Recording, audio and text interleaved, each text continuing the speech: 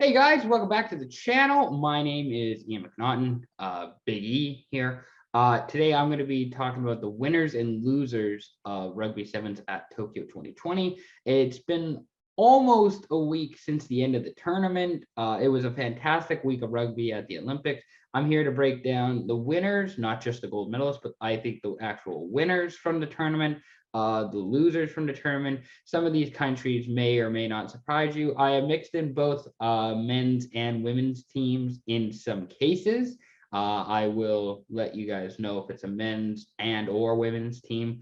So just in case you forgot, on the men's side, I'm kind of going in chronological order here. On the men's side, Fiji beat New Zealand for the gold medal. So Fiji got gold, New Zealand got silver, and then Argentina beat Great Britain for bronze. On the women's side, New Zealand beat France for the gold medal on the women's side. New Zealand beat France, so France got a silver, New Zealand got a gold. And then on the women's side as well, France beat Great Britain 21-12. So let's get into it. I'll start with my winners for first. I have four winners. Fiji stealing the show on the men's side, winning gold, and on the women's side, getting bronze. The men's team defeated New Zealand in the gold medal game. They beat Argentina in the semifinals, and they shut out Australia in the quarterfinals. So they were rolling the entire way. Captain Jerry Tuwai wins back-to-back golds at Rugby Sevens, the only remaining player from Fiji's 2016 gold medal winning team. So that is one of the biggest stories coming out of Sevens, is Tuwai getting the second gold. The only player who got gold who was on the 2016 team, who gets it in 2021.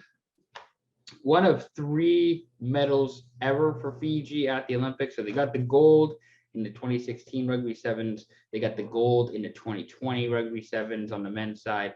And then on the women's side, they got the bronze tournament in 2020.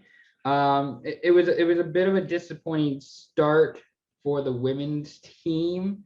They lost to France, I believe, but they clawed their way back to a bronze, which was very impressive. Very deserving of it in that final game. So not much you can be upset with. That's Fiji really stealing the show this past week. Argentina, they fight their way to third on the men's side. So they're another winner of mine. So after the important win against Australia in the pool stage, Argentina defeated the Blitzboks 19-14 in the quarterfinals. This was after Gaston Rivol was sent off in the second minute because of a red card for a high tackle. So Argentina was essentially playing with 6 men for their entire quarterfinals match against the Blitzbok, and they still come out on top. They fell to Fiji in the semifinal, but they beat Great Britain to win bronze. Marcus Moneta, a 21-year-old, one of the biggest, most notable weeks of Rugby Sevens. Moneta, a 21-year-old, he had 6 tries in the tournament. He's definitely one to watch in the rest of the 2021 Sevens series. He was impressive, really. He showed great speed, great decision making. He had one of the best tries, I thought, of the whole week when against the Blitzboks.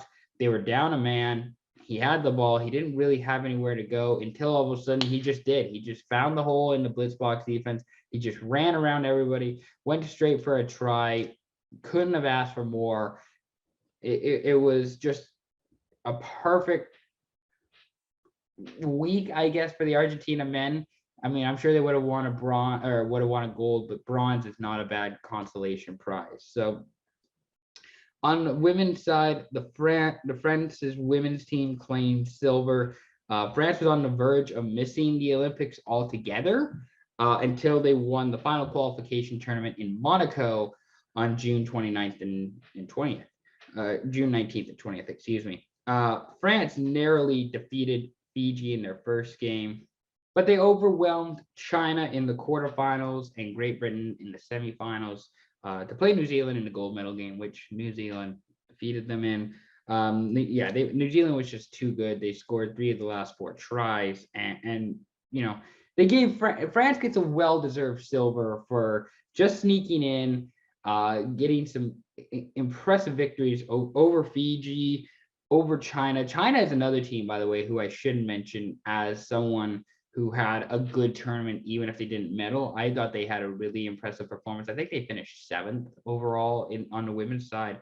Well done from the Chinese women's team as well. But France, they were great, really fun to watch. I don't know if anybody thought they would, except for themselves, would get a silver, but here we are. They get a silver medal. Congratulations to France's women's team. Another, this is an interesting one. I kind of mentioned the Chinese women's team, the sevens team, as someone who I thought, did really well. Kenya, both their men's and women's team, I know it doesn't look great, but I just liked how they played. Neither team was expected to do particularly well. However, they had better passing, they had better offloads. They seemed like they were making better decisions. You could see some of their speed that they still have. This is on both the men's and women's side. I think they both had fairly solid tournaments, all things considered. I was impressed with how they played. They're never give up. They were, consistently trying to make plays. They got outplayed a few games, of course, but for the most part, they didn't give up. They didn't quit. They were trying their best. And again, I think they were better than the results showed. Like the men's team went 0-2 in their first pool stage games. They went 0-3 in their pool stage games. And, the Kenya men's pool stage games include the heartbreaking loss to the U.S., where the U.S. basically stopped a game-winning try at the last second and then took the ball down the other way for their win.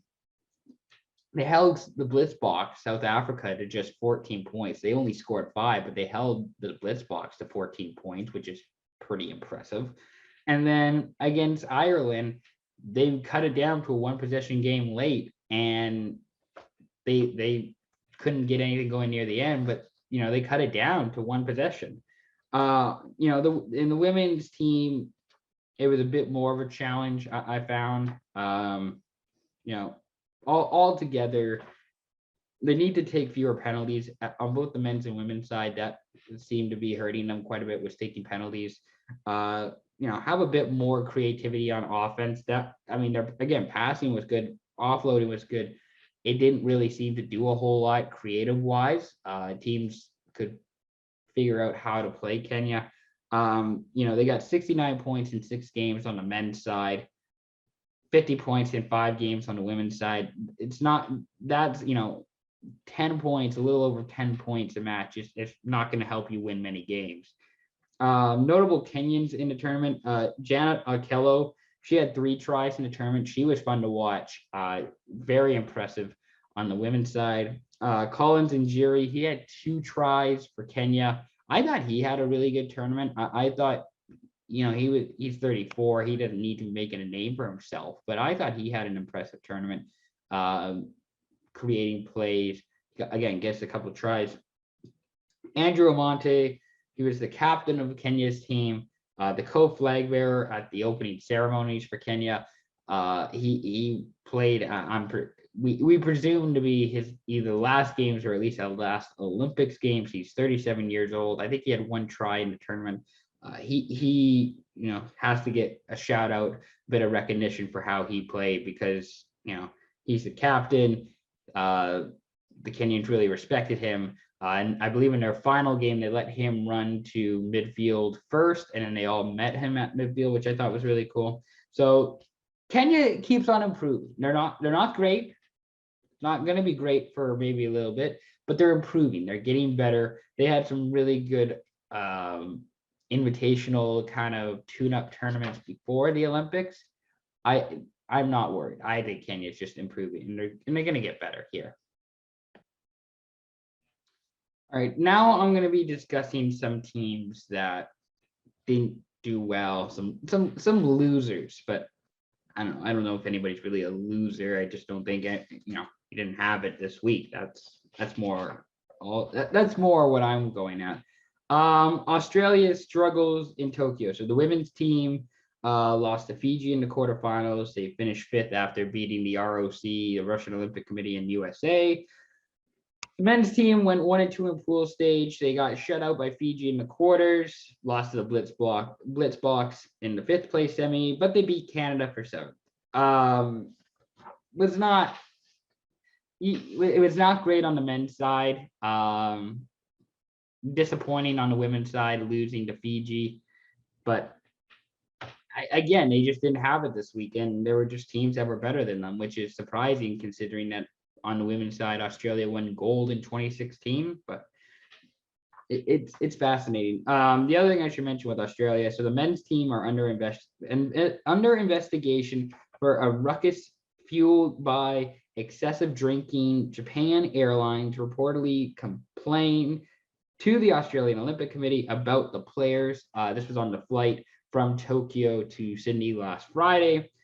This comes days after the men's sevens teams were involved in another alcohol-fueled incident with the rowing team that resulted in a hole in the wall of one of the hotel rooms. So it seems as though the Australian rugby sevens team were there just as much to party and drink and consume a whole bunch of alcohol as they were to play rugby. Not great. Somebody has to be responsible for that. I'm interested to see how this goes. Again, an investigation is pending, I believe, by the Athletic Committee of Australia. I'm interested to see if it goes anywhere, but not a great look. All of that info, by the way, courtesy of Sky Sports Australia. Not a good look. That doesn't look good for anybody. It kind of just puts a bow on how brutal this weekend and this week has been for Australia, especially their men's sevens team, who were just causing chaos all over the place. The US, they fall short of expectations. So a healthy roster for the US men's team didn't go quite as far as we thought. They blew a 21-0 lead to Team Great Britain in the quarterfinal. Great Britain beat the US 26-21. Possibly the last chance for Perry Baker and Carlin Isles to win gold. I think they will come back to France in 2024. It's 3 years out. Depending on the health, Perry Baker obviously was coming off a serious leg injury from this past year. I think it's about 50-50 that they come back in Paris in 2024. But for the men's team, tough way to end your tournament. The women's team, they went undefeated in the pool stage, including their comeback victory against Australia in the final pool stage game. However, they were completely outplayed by Team Great Britain in the quarterfinal. They didn't even get the 21-0 lead that the men's team did. They were just outplayed from the start, and that's a bit concerning. Both teams will have an opportunity to redeem themselves on the 7 series this fall.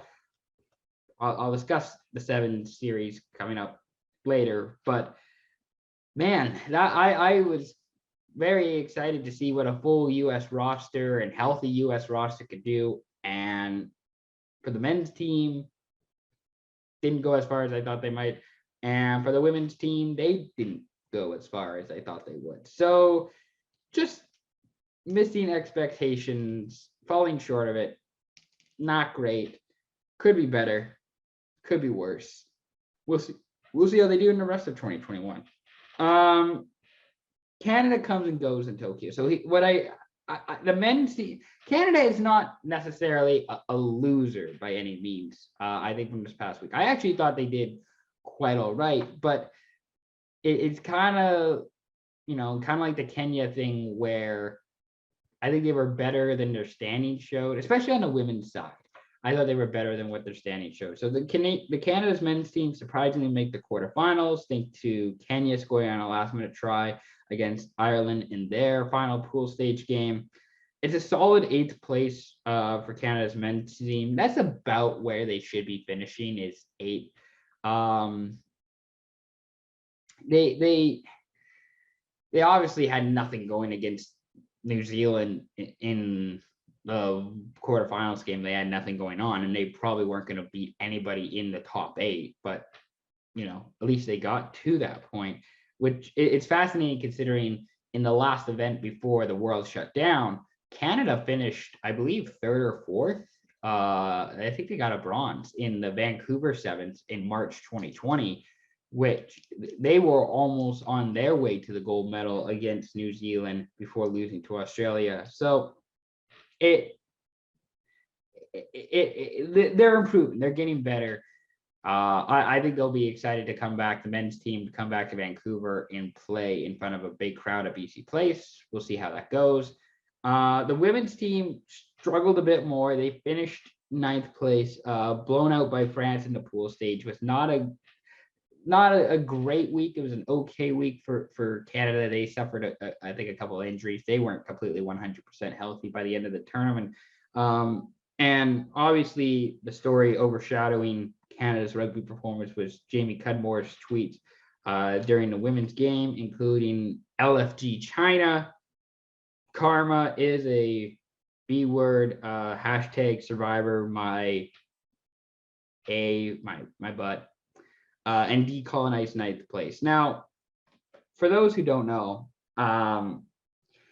Canada's women's rugby 7 teams have been going, they've been struggling trying to get relevancy, because I don't think they're quite as popular as the men's team. But you know, there was also the controversy, I believe it was a year ago or coming into, I can't remember what the timeline is because everything just moves so fast nowadays, about they had an abusive coaching staff. I can't remember if he was involved in maybe some sexual harassment or sexual assault within the team, but they're coming off a really awful training staff, or at least head coach that they had before.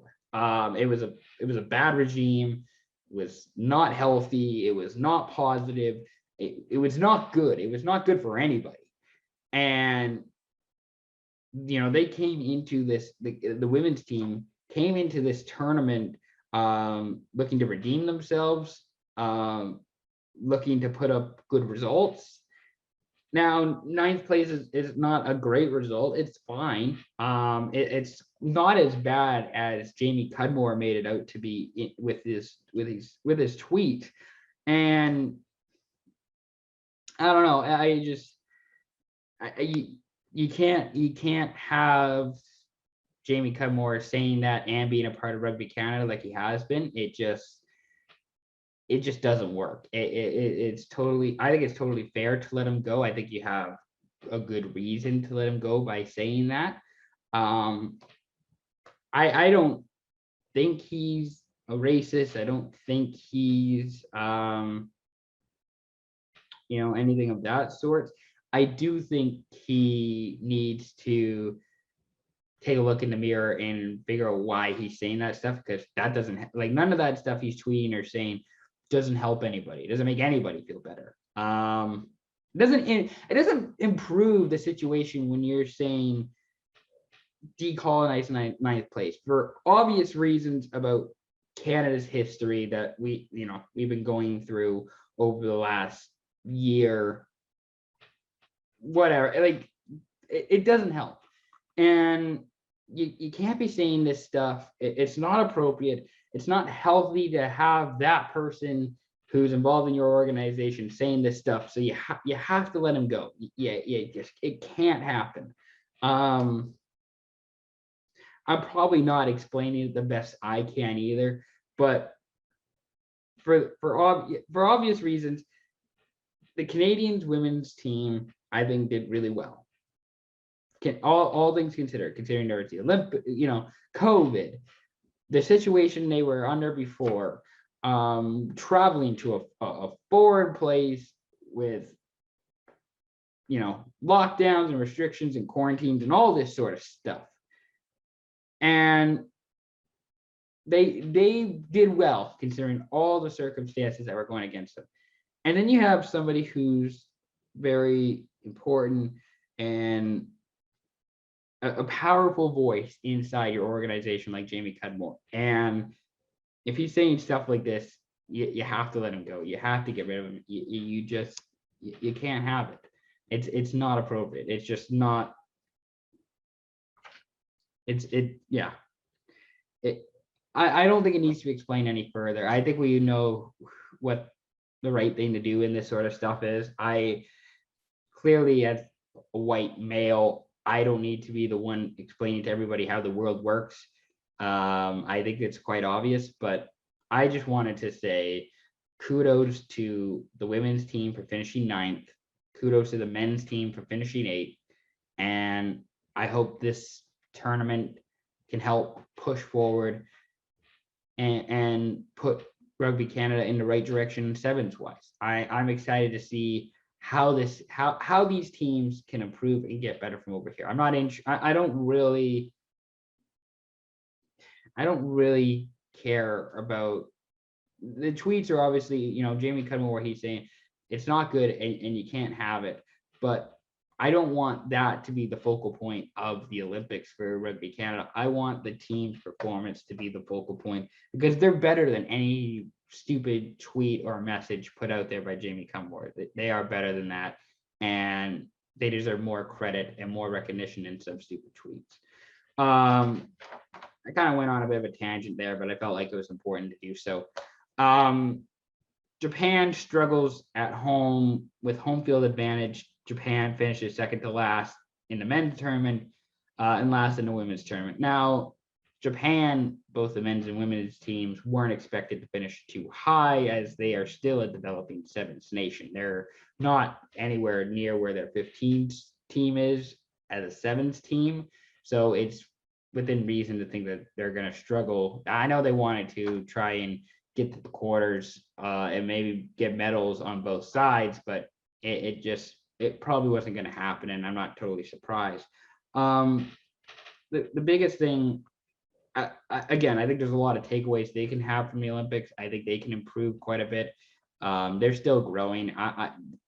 This 10 years from now, we might be talking about a different story with the Japan sevens team, but it's really too bad they couldn't have fans in the stadium to watch, because that's what helps grow the game, is that people are actually there to see it in person. And sevens is one of the best sporting atmospheres that I've ever been to in Vancouver. It's terrific, and you see it all over the place in Hong Kong, Dubai, Cape Town, Singapore. Like it's a great atmosphere, and not being able to have that in Tokyo really makes you miss out on a lot. Really, it slows down the growth of the game. If they could have had something fans wise, just some, a fun day of sevens for everybody to go see, that would have been great. But it is how it is right now in Japan. And we'll see if there's improvement in the standings in the 7 series events later on the season. They're going to be hovering around between 10 to 15th as a sevens nation, you'd have to think, just because that's how they've been in the past and that's how the Olympics were for them. But we'll see. I'm excited to see how it goes for Japan. So I'll talk about it briefly. The World Rugby 7 series events coming on in October, September. All right, so I'll talk about it quickly. The HSBC World Rugby 7 series. We'll have 5 events on the men's side, 2 events on the women's side. I don't know why there's a split or why it's an imbalance like it is, but there's an imbalance. So men's events will be in Vancouver, September 18th and 19th. I will be there in person covering that at BC Place. And the weekend after, the 25th and 26th, it'll be at Commonwealth Stadium in Edmonton. I would highly suggest checking out, if you're in Vancouver or Edmonton, I would highly suggest checking it out, getting some tickets, going and watching. It's fun. It is awesome. I don't know what it's going to be like during COVID, but it's the best sporting atmosphere in Vancouver, hands down. So highly recommend, if you get the opportunity to go check it out. Singapore, October 29th to 30th on the men's side. So they will be back in Singapore. There's going to be no event in Hong Kong this year, which is very disappointing, but that's kind of just the way things are going right now. And then on the men's side, to wrap it up, they have Dubai and Cape Town on December 3rd and 4th in Dubai, December 10th and 12th in Cape Town. There will be women's tournaments opposite the men's tournament. So on those same weekends, so there's going to be a men's tournament in Dubai, December 3rd to 4th, and there's going to be a women's tournament in Dubai, December 3rd to 4th. And there's a men's tournament in Cape Town, like I said, December 10th to 12th. There's going to be a women's tournament in Cape Town, December 10th to 12th. So the only two women's events this year in 2021 are going to be in Dubai and Cape Town, while the men's get tournaments in Vancouver, Edmonton, Singapore, Dubai, and Cape Town. Be sure to check that out. I'll be covering that for Speak Your Piece. It should be a wonderful rest of the year for rugby. We should hope. Thank you very much for watching this video. If you enjoyed this video, be sure to like below. If you love the video and you love the content that we're putting out here on the channel, be sure to subscribe to Speak Your Piece below. I'll be back again with an F1 review type video later on. Thank you very much again for watching. I'll be back again soon. Peace out.